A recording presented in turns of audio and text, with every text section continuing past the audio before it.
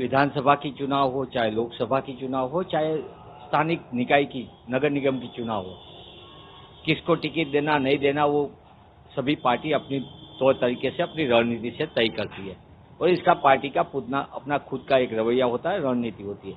जहां तक सवाल है भाजपा में, भाजपा की जो बड़ी बड़ी बात कर रही है और भाजपा चेहरा बदलने की कोशिश कर रही है, चरित्र नहीं बदल रही है। जन विरोधी नीतियां जो भाजपा की रही, किसान विरोधी नीतियां, युवा विरोधी नीतियां, इसकी वजह से आज गुजरात परेशान है। ज्यादा से ज्यादा कष्टी जो आम लोगों को हो रही है, चाहे शिक्षा का अधिकार हो तो मिल नहीं रहा है, महंगा शिक्षा हो गया, आरोग्य सेवा नहीं मिल रही।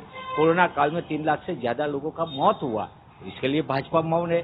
भाजपा के प्रदेश अध्यक्ष ने पूरा मंत्रिमंडल बदलने की बड़ी बड़ी बात कर रहे हैं, और व्यक्ति बदलने से क्या होगा? व्यवस्था में कोई परिवर्तन नहीं। आज भी गांव से लेकर गांधीनगर शहर से लेकर सचिवालय तक भ्रष्टाचार जो हो रहा है, इसके लिए कौन? आम लोगों को रोज बरोज की जिंदगी में जो दिक्कतें आ रही है, महंगाई का इतना बड़ा मार है, तो इसके लिए कौन जिम्मेदार? तो भाजपा को पूरी बात से ये सोचना चाहिए कि चेहरा बदलने से कुछ नहीं होगा। भाजपा को सही में कुछ जनता की मदद करनी है, सेवा करनी है, तो वो चरित्र बदले, नीतियां बदले, जिसके किसान को न्याय मिले, शिक्षा का अधिकार मिले, आम लोगों को, अभिभावकों को राहत मिले और महिलाओं को महंगाई से मुक्ति मिले। ऐसा कुछ हो तो ठीक है। जहां तक सवाल है कांग्रेस पक्ष का, कांग्रेस पक्ष को 2017 की चुनाव में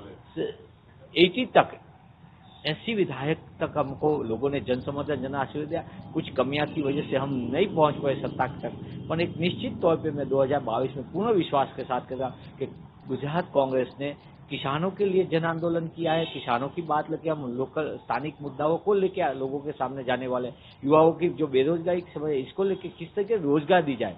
कांग्रेस की पूरी रणनीति होगी लोगों को कैसे न्याय दिला जाए, हक और अधिकार कैसे दिला जाए, इस बात को लेकर कांग्रेस आगे जाएगी और नए चेहरे के साथ पुराने चेहरे को, दोनों को मिल करके एक कांग्रेस सोची समझी रणनीति बनाएगी, जिसमें आम लोगों का आवाज होगा, किसान का आवाज होगा, युवाओं का आवाज होगा, महिलाओं का आवाज होगा। देखिए, सबसे पहले तो हमें ये देखना चाहिए कि जब कोई भी राजनेता इस तरह का निवेदन या स्टेटमेंट करता है तो वो किसके लिए है। जहां तक CR पाटिल हो या नरेंद्र मोदी जी हो या अमित शाह हो, जब ऐसे स्टेटमेंट करते हैं तो उनके पीछे उनका सीधा उद्देश्य होता है कार्यकर तक पहुंचना और उनका उत्साह बढ़ाना, उनकी आशा अपेक्षाओं को एक आवाज देना, क्योंकि हर कार्यकर चाहता है कि उनको भी चुनाव लड़ने का मौका मिले। तो मैं ये समझता हूं कि ये जो स्टेटमेंट है वो कार्यकरों का उत्साह बढ़ाने के लिए। दूसरी बात उन्होंने कही कि 100 हमें नए चेहरे ढूंढने पड़ेंगे। हमें ये समझना चाहिए कि वो ये नहीं कह रहे कि 0 नो रिपीट, वो ये कह रहे कि 100 नए चेहरे। अब ये देखिए कि गुजरात विधानसभा की जो क्षमता है वो 182 विधायक की है। अभी उनकी स्थिति क्या है? 111 उनके है। अब वो 182 में से अगर आप 111 निकाल दो तो कितने बचते? 71। तो 71 नए चेहरे तो वैसे भी उसको ढूंढने हैं। तो रही बात कितनी और बढ़ाने की, तो 29 और नए विधायक उनको ढूंढने हैं।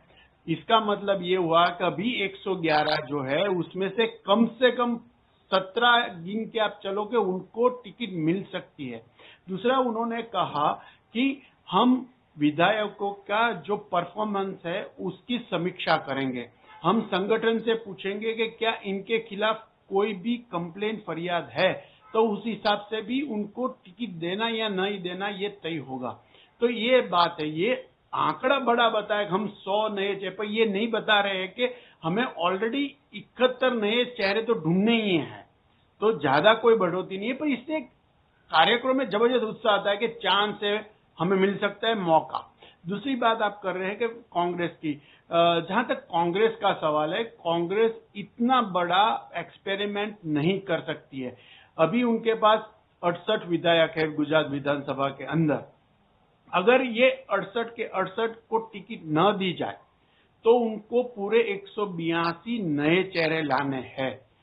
जब ये बात आप करते हैं तो हम ये भूल जाते हैं कि कांग्रेस पक्ष एक ऐसा पक्ष है कि जहां जो सीनियर है ना, वो इस तरह से अपनी गेम छोड़ के जाने वाले में से नहीं है। ये भाजपा नहीं है। दूसरा, जब भाजपा में ये निवेदन आता है, चाहे वो नरेंद्र मोदी जी करे या अमित शाह करे या CR पाटिल, वो एक संदेशा भी देना चाहते हैं सिटिंग MLAs MP को कि आप कुछ नहीं है, आप अपने बलबूते पर ये चुनाव जीत के नहीं आए। अगर आपको हम ड्रॉप करते हैं तो भी आप भाजपा की जो विनिंग कैपेसिटी है उसके ऊपर कोई असर नहीं कर सकते। तो एक ये मैसेज भी उसमें है, जो मैसेज कांग्रेस अपने सीनियर्स को नहीं दे सकती। हालांकि बहुत सारे सीनियर नेता है जो हारते हैं, वो 2-2, 3-3 बार हार चुके, इसके बावजूद कांग्रेस उनको रिपीट कर रही है, क्योंकि उनको डर लग रहा है कि ये कहीं न कहीं नुकसान कर पाएगी। तो ये दोनों की कंपैरिजन नहीं हो सकती है।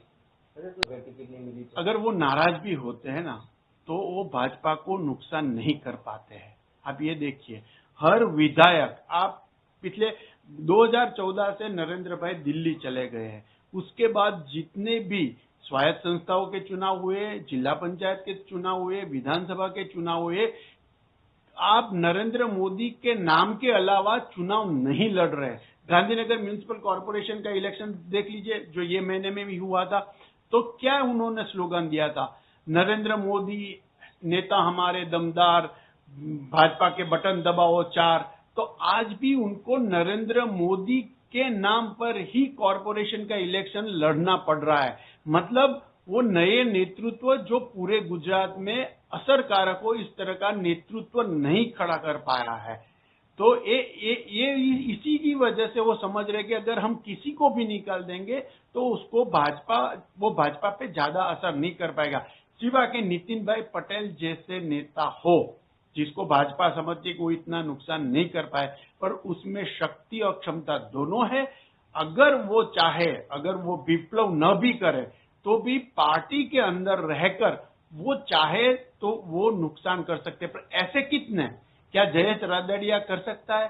क्या विजय रूपाणी कर सकते हैं? क्या कुंवरजी बावळिया कर सकता है? ये सबसे बड़ा सवाल है। સતત 24 કલાક સમાચાર જોવા માટે ડાઉનલોડ કરો ETV ભારત એપ।